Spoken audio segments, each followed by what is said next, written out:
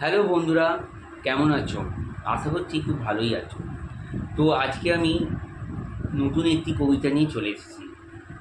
এটি আমার নিজের লেখা। তো কবিতার নাম হচ্ছে প্রাচীন নিদর্শন। সময়টা ছিল বহু পুরনো, সেই 90 দশকে। ছিল না কোনো কাঁচা পাকা বাড়ি, যা ছিল সবই মাটির তৈরি কিংবা টালির চালের বাড়ি। ছিল না কোনো কেবিল টিভি, ছিল শুধু সাদা কালোয় মোড়া ব্ল্যাক অ্যান্ড হোয়াইট ছবি। তখন থেকেই আমি হয়েছিলাম কবি। রবিবার হলেই আঁকতাম ছবি, কিন্তু এখন আমি শুধুই ফোন ঘাঁটি, না আঁকি ছবি, না দেখি টিভি, সারাক্ষণ শুধু ফোন নিয়ে বসে থাকি। অফিস থেকে ছুটি পেলে শুধু টোটো করে ঘুরি। সারাদিনে এটাই আমার হবি। তাও আমি একজন ছোটোখাটো কবি। এখন শুধু মাঝে মধ্যে সময় পেলে ছোটোখাটো কবিতা লিখি। আমি পড়তে ভালোবাসি রবি। রবি মানে রবীন্দ্র পদাবলী।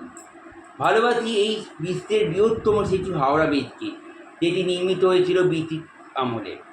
আজ সেসব কথা ইতিহাসের পাতা হয়ে গেছে, শুধু পড়ে রয়েছে তাদের স্মৃতি নির্মিত কিছু নিদর্শন, যেগুলি আজ ভারতবর্ষের প্রাচীন নিদর্শন নামে খ্যাত।